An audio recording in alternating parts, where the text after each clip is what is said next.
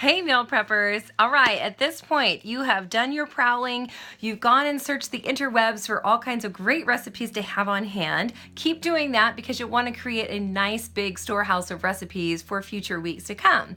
You then made your plan. You scheduled in the busiest days first with the simplest meals, and then you plucked in and filled in the blanks with the breakfast, lunch, and other dinners as well as snacks. So now you have your whole week mapped out.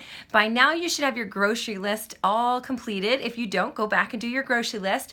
Make sure when you're creating the grocery list that you include all the extra things, like are you having any parties? Are you going to any parties? Are there any school events that your kids need snacks for? Are you having people over? Are you having extra play dates? Any of those things. Is there something going on at work you need to bring food or snacks for? Factor in all of those things. Make sure you factor in, of course, the toiletries and all the household items that you need, as well as items to store the food that you're going to prep. So you might want to find some Tupperware containers. Something made of glass is always best. Glass is always safest to store your food in as opposed to plastic. Looking for, freezer bags, Ziploc sandwich bags, and things that you can get your snacks and the prepped food ready to go for the week, okay? So double check your grocery list. Make sure you have all those things included so that you don't have to go back to the store later in the week. What my clients usually say is that they go to the store. Now, I know I don't need to tell you how to shop for groceries. However, often my clients will tell me that they go to the store without a plan and they just sort of wander the aisles and they pick up some things that sound good, yet they don't necessarily have a recipe in mind. They might pick out some chicken and they might pick out some vegetables to get them through a few days. But then what happens is because they don't have a plan for those meals, a lot of times the food will go to waste. Most often it's the vegetables. They start in the produce aisle and they stock up on all these great vegetables, but don't have a place specified for them throughout their week, so they go to waste. So when you go into the grocery store with a plan, it's much like planning a trip. You wouldn't go on vacation and just get in your car and start driving, right? You'd probably plan it out. You'd have a place to stay. You'd know where you were going and for how long. And you'd even have your household items taken care of: the house, the lights, the dog, the mail, all of that. So it takes some planning.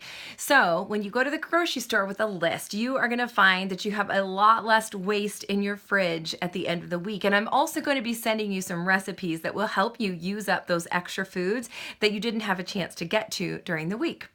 This will save you money, and it will save you stress, and it will save you time, because these are quick and easy meals. They're awesome. You're going to feel rewarded when you used up all the stuff that you might have thrown in the compost pile. So what I recommend, a couple tips about shopping. Now, again, I know I don't need to tell you how to shop, but there's a couple things you might not have thought about. Of course, you want to check your flyers and find out when your stores are having sales on things. And if you have time, you might want to hit a few stores. If there's some kind of produce sale at one store and a meat sale at another store, if you have time for that, go for it. Otherwise, sometimes on Fridays, stores will have like a Fresh Friday sale, or they'll have some kind of 12-hour sale, or maybe it's a different day at your store. Find out what your store offers as far as these special sales. The other thing you want to find out is go to the butcher of your most visited grocery store. Find out what day and times that they put out those red labels on the meats, the discounted labels. Because just because they label those meats doesn't mean they're expired, but they do want to move them off the shelf quickly. So if you can find out what day and time that the butcher puts those stickers on, then you can run in there and snag up some really good deals to put in the freezer or to use that week, all right? So what I usually do is my butcher, they put theirs on at 7 in the morning. So if I have the opportunity right after I've dropped the kids off, I run to the store and get my bonus meats. Sometimes if I find bonus meats while I'm doing my regular shopping, I'll stock up for another week, and then I'll put them into the grocery plan in the future. So it never hurts you to have a few extra packages of meat in the freezer for those nights when you didn't plan, or for like lunches that maybe you didn't have left over. So we're gonna go to this store with a plan. That's your grocery list, and of course your grocery list is mapped out according to the way your store is laid out, because this is not only going to save you time, but it's going to save you money. Because if you start at the grocery store over here and then you run over here to get something, and then you run back over here and you got to go back over there, you're probably crossing the path or the end aisles where they keep all the chips and the good little treats several times. The more you pass those treats, the more likely you're going to get snagged in with an impulse buy. And that's not only going to cost you money, but it's going to throw you off track with your clean eating. So I highly suggest just get through that store in one fell swoop and do it as quickly as you can. I also recommend you try to go to the store alone whenever possible. It never fails. When I take family with me to the store, I always spend more time and more dollars for sure. So if you ever have the chance to go by yourself, definitely take the moment. I sometimes play a little game with myself and see how fast I can get in and out of the store.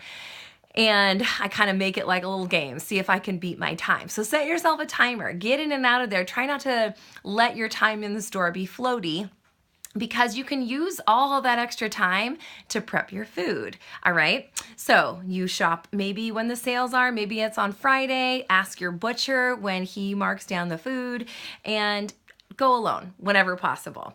So really get focused on your shopping trip. Get in, get out. Less money, less time, less stress, because now you have more time on your hands. So the shopping part is pretty easy. It's just time consuming. So before you go, make sure that you've done the kitchen tidy so that when you get home with all your groceries, you're not overwhelmed with having bags and bags of groceries to put away, and your counters are cluttered and your sink is full and the fridge is full of stuff that you still need to throw out. It really makes the process a little more enjoyable. It feels like less of a burden when you kind of laid these things out. You can just walk in and put those groceries away. It's a piece of cake. All right, you guys go hit the grocery store, and I will see you the next time for the preparation phase.